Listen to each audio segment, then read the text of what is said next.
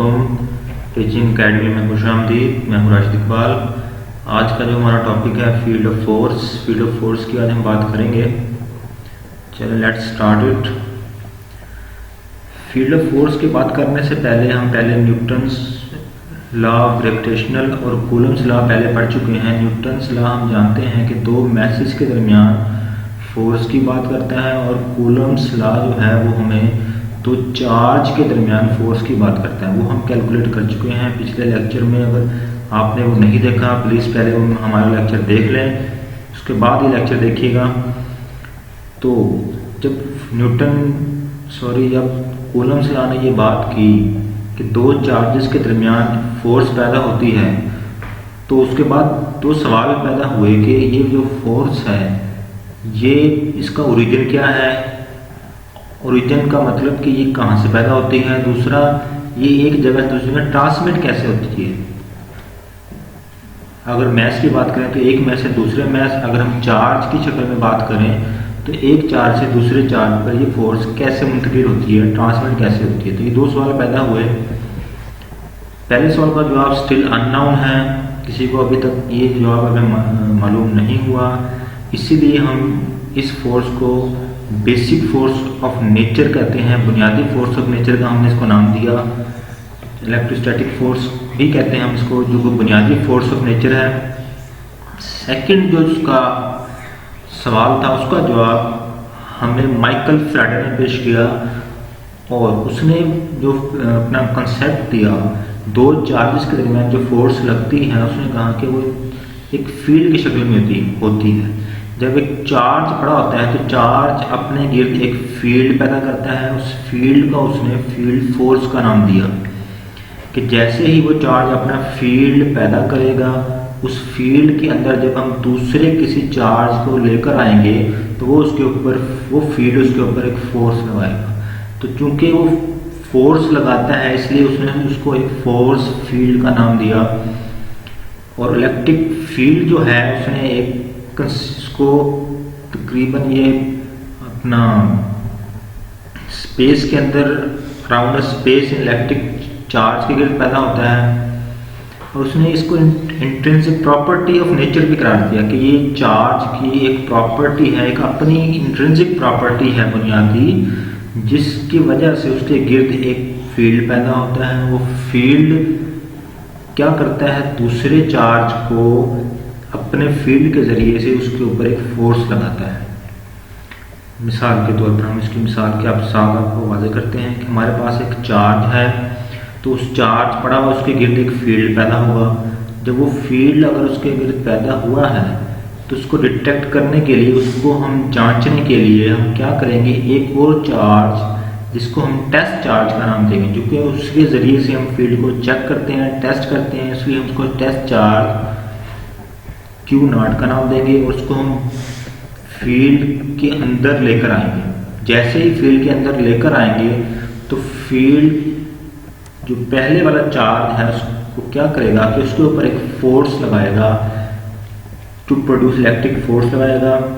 उसके दोनों के दरमियान इसको हम क्या कहते हैं, इंटरेक्शन होगी।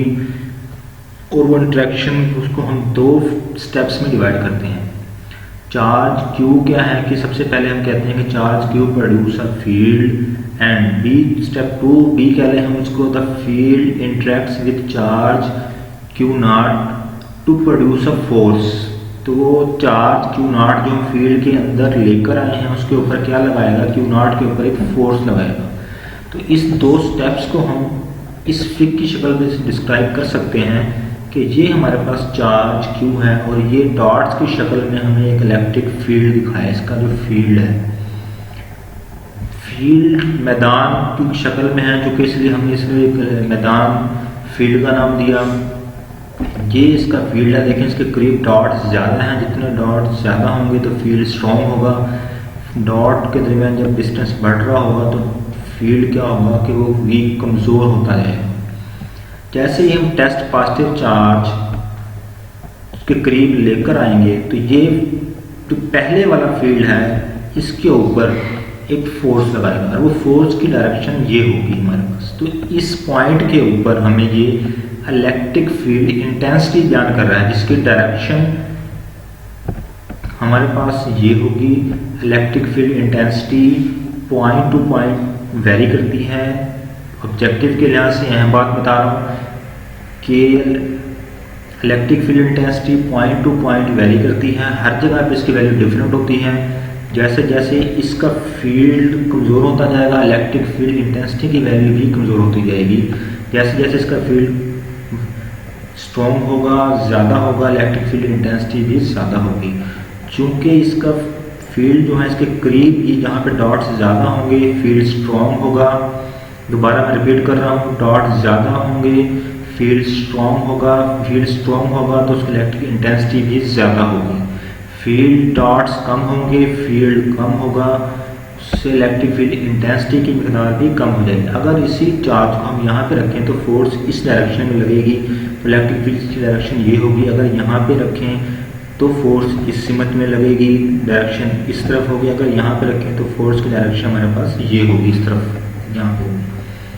ये हमारे पास फील्ड का कंसेप्ट जो माइकल फैराडे ने पेश किया था बेसिकली।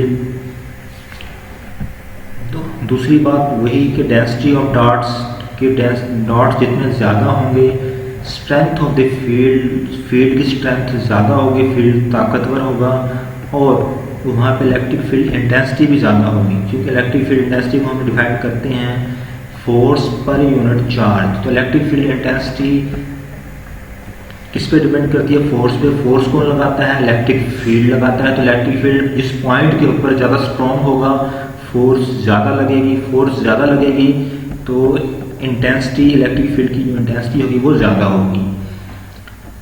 ऑब्जेक्टिव के लिहाज से मैं एक और पॉइंट यहाँ पे बताऊँ कि Q0 हम यहाँ पे स्मॉलेस्ट वैल्यू स्मॉल लेते हैं। जितना स्मॉल होगा हमारे पास वैल्यू उतनी ही अच्छी आएगी, इसलिए हम स्मॉल लेते हैं ताकि क्योंकि Q0 जो लेकर आ रहे हैं उसका अपना भी एक फील्ड होगा।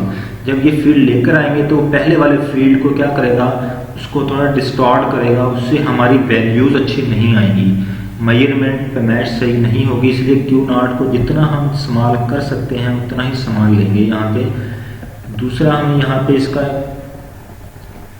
यूनिट हम नेक्स्ट में करते हैं।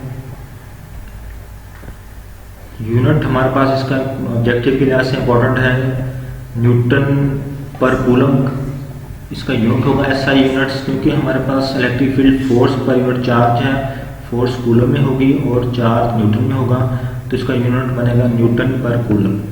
ये SI इसका यूनिट बनेगा और इसकी डायरेक्शन वही होगी जिस डायरेक्शन में फोर्स लगेगी, जो मैं ऊपर बयान कर चुका हूँ। एक मरतबा दोबारा बता देता हूँ, इस पॉइंट पर डायरेक्शन ये होगी। अगर यहाँ पे रखेंगे तो डायरेक्शन ऊपर की तरफ होगी, अगर यहाँ पे रखेंगे डायरेक्शन इस सिमत में होगी, अगर यहाँ पे चार्ज रखेंगे तो डायरेक्शन नीचे की तरफ होगी।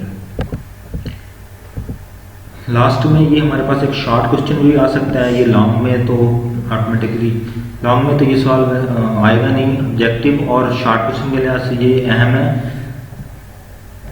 हम जानते हैं कि न्यूटन ने जो फोर्स बताई थी कि एक चार्ज के ऊपर जब दूसरा चार्ज लेकर आएंगे, दो चार्जेस के दरमियान जो फोर्स लगेगी वो इसके बराबर होगी 1/4πε0 Q। एक चार्ज जिसने फील्ड पैदा किया Q0 वो चार्ज है, वो टेस्ट चार्ज हम लेकर आए हैं 1 ओवर उनके दरमियान जो डिस्टेंस और r² और r डायरेक्शन होगी जिस डायरेक्शन में फोर्स लगेगी हमारे पास। r is unit vector. Unit vector के बारे में बता चुके हैं कि हम सिर्फ डायरेक्शन देता है, मैग्नीट्यूड इसकी 1 होती है, जस्ट डायरेक्शन हमें बताता है।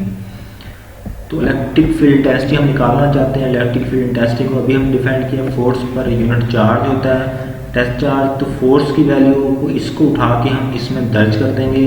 ये हमने 1/4πε0 Q0 और r² ये हमने यहाँ पे दर्ज कर दिया 1/Q0। ये हमारे पास वैल्यू आ गई है।